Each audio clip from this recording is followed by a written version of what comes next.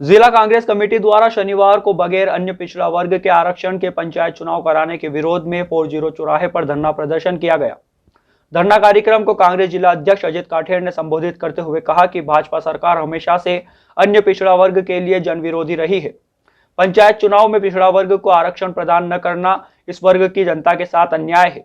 इस संबंध में पूर्व मुख्यमंत्री कमलनाथ द्वारा 31 दिसंबर को पिछड़ा वर्ग के लिए 27% आरक्षण यथावत रखने की मांग विधानसभा में की गई थी, लेकिन अब तक कोई कार्यवाही नहीं की गई। इसके विरोध में धरना प्रदर्शन किया जा रहा है। इस दौरान अन्य पिछड़ा वर्ग के लिए 27% आरक्षण और सभी सीटों पर एक साथ चुनाव कराने की मांग को लेकर ज्ञापन भी सौंपा गया। कार्यक्रम में कांग्रेस नेता मुकेश कालरा, ब्रजेश मित्तल, योगेश प्रजापति, मोनू लोक्स, महेश यादव, भगत वर्मा, राजीव भास्कर, विकास यादव गोलू सहित अनेक कांग्रेस जन मौजूद थे। त्रिस्तरीय पंचायती राज चुनाव की प्रक्रिया शुरू हो गई है और अब तक जो है ये चुनाव हमेशा भारतीय संविधान में जो आरक्षण निर्धारित है उसके अनुरूप होते रहे हैं। कांग्रेस की सरकार ने 1994 में एक व्यवस्था लागू करी, 25% आरक्षण ओबीसी का और 20% आरक्षण अनुसूचित जनजाति का और 16% अनुसूचित जाति का, और इस आधार पर लगातार 5 बार चुनाव हो चुके हैं। इस बार चुनाव की प्रक्रिया शुरू हुई तो इस प्रक्रिया में ये विघ्न आ गया कि ओबीसी का जो आरक्षण है उसको खत्म करने की बात सामने आई।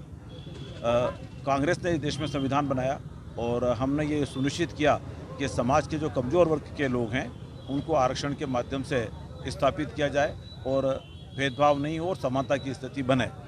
मगर भारतीय जनता पार्टी की सरकार ने बगैर ओबीसी के आरक्षण के चुनाव की प्रक्रिया जो है निरंतर रख दी और आज स्थिति यह है कि जो ओबीसी के आरक्षण की जो सीटें हैं उस पर नामांकन नहीं लिए गए, उन पर चुनाव नहीं हो रहे हैं। मतलब हर पंचायत में अधूरा चुनाव हो रहा है।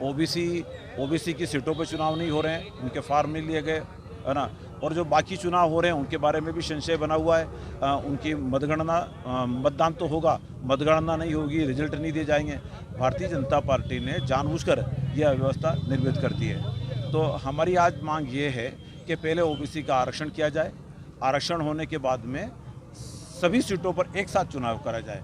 टुकड़ों टुकड़ों में चुनाव कराने की कोई आवश्यकता नहीं है, उससे समाज में गलत संदेश जाता है, हमारे ओबीसी भाइयों में अविश्वास की भावना जागृत होती है और उसी के लिए हमने आज ये धरना दिया है। भाजपा ने जो है कांग्रेस के नेताओं के पुतले भी फूके और कांग्रेस पर ये आरोप लगाया। बहुत बढ़िया बात की, मैं भूल गया बात को, मुझे कहना चाहिए था बाद में कि एक दिन मैंने देखा अचानक कि भारतीय जनता पार्टी के लोग कांग्रेस के लोगों के पुतले जला रहे हैं। बड़ी अजीब बात है। कमलनाथ जी के नेतृत्व में कांग्रेस ने चुनाव लड़ा और कमलनाथ जी के नेतृत्व में जो हमारा वचन पत्र था उसमें हमने कहा था कि हम ओबीसी का आरक्षण 25% से बढ़ाकर 27% आरक्षण करेंगे। और एक बात हो रही, 94 से लेकर अब तक 5 चुनाव तो हमने 25% ओबीसी के आरक्षण के साथ संपन्न किए हैं। तो हमारे टाइम में तो आरक्षण रहा है। ये आरक्षण टूटा कब? शिवराज सिंह जी की सरकार के पर शिवराज सिंह जी को और भारतीय जनता पार्टी के लोगों को लग रहा है कि इस आरक्षण से जनता को वंचित करने पर इसकी सजा भारतीय जनता पार्टी को मिलने वाली है।